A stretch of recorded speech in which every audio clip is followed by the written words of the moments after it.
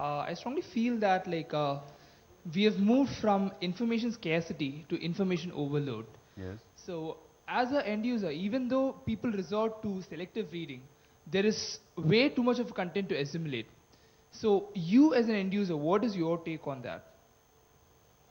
Well, nowadays the technology enables you to pick up, select what you want to, information you want to take. So that is one way to do it. I mean, there are websites, there are apps which are available that you punch the subjects which you are interested in, and you will get news only on those subjects.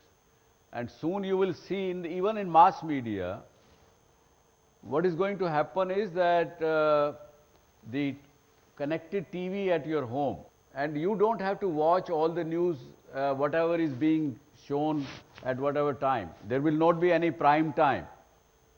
So you watch whichever news you want to watch at whatever time you want to watch. That's coming soon. So there may be over information which is available. And information, we believe that whatever is written on Google is the truth. It is not. I mean, my granddaughter was one day, she came to me and she said that I have to write an essay on Lokmanya Tilak, Bal Gangadhar Tilak or Lokmanya Tilak, whatever name you call it. So I gave her some information, whatever I knew. I said, बेटा बाकी मैं information आपको कोई एक दो phone करके लेके देता हूँ. But then after half an hour she comes, said, नहीं दादा मैंने देख लिया, Google पे देख लिया. क्या देखा? He was a militant Hindu leader. Can you believe that Lokmanya Tilak was a militant? I don't think so. So, I mean, this is where many of our reporters and journalists go wrong. मेहनत नहीं करते हैं. Google पे देख लिया, कुछ पढ़ लिया, खबर लगा दिया वहाँ. That is also one source that we lose our credibility. Though we are discussing about news media losing its credibility, I would like to put forward a different viewpoint of this. If we see that nowadays news channel like to put forward the news in a very descriptive manner, like they would like to get more information about every single topic rather than the days before, and they would like to give the news much at a very earlier time than other competitors. So they would like to put forward the news first on their channel. So what is the benefit that people are getting is that they're getting a better information about every topic, and they're getting the news much faster than the earlier days. Yeah, both things are happening, but many times in anxiety to give the news in advance from others, sometimes they make mistake also. But certainly that is the positive of our news media in India, that today, I mean, there is a fear in the minds of the legislature, the executives, even to some extent in the courts, that when something comes on the media, whether it is on social media, mass media, print, electronics, they are careful. They don't take things for granted as they used to. I remember 1970s, if somebody remembers, there was a famous Nagarwala murder case in Delhi. This gentleman was murdered in Delhi in daylight robbery. One day only some news came in the newspaper, next day onwards blacked out. Nobody talked about it, why he was murdered and who murdered it. You see case in example, emergency. The government could censor the newspapers at that time conveniently. It's a different thing that they lost the election because of the censoring of the news. They didn't know what's really happening on the ground. That resulted into loss of election. But they could censor.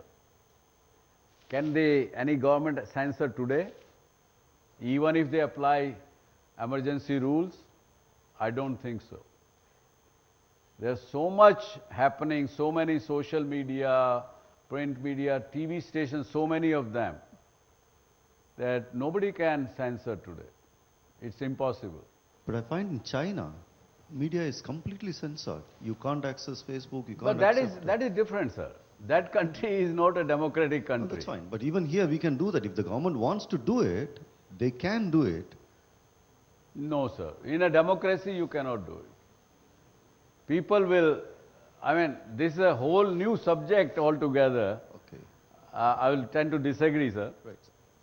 Because it's a whole new subject. I mean, I would say that we have got political freedom in this country, but we have not got social and economic freedom, even today after 70 years of our existence.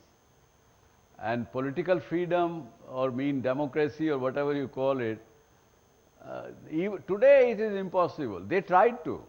UPA 2, I mean, then we heard 3-4 days it was a news in the media when they said that we are going to stop this social media, we are going to censor, we did this.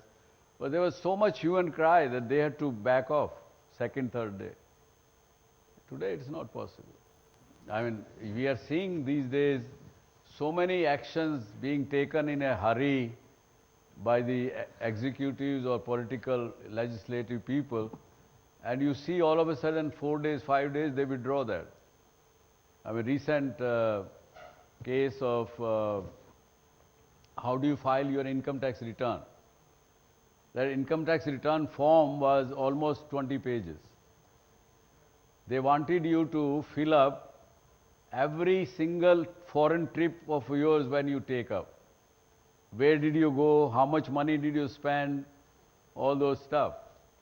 And social media went berserk, and they had to withdraw that form. So it's not easy, sir, today. China is continuing, and they still have, all media is government controlled. And from day one, they put stop on internet. Everything is censored. We are the only Asian TV channel which is permitted or allowed. We have got license in China. But our entire programming goes through a check before it is put, though it is entertainment programming. And it is run about 6 minutes late, 5-6 minutes late. There people are sitting in our retransmission center in China. They go through every single frame by frame.